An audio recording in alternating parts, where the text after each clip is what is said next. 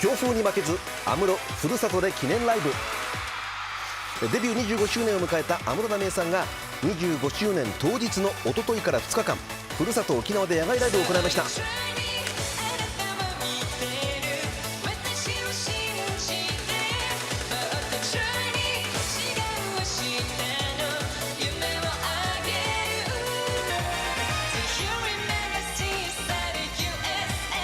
およそ22年ぶりにデビュー曲「ミスター USA」を披露。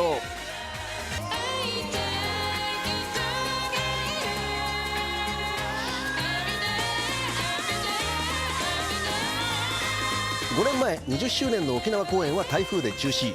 今年も台風による強風で初日は開演が30分遅れたものの見事リベンジを果たしました。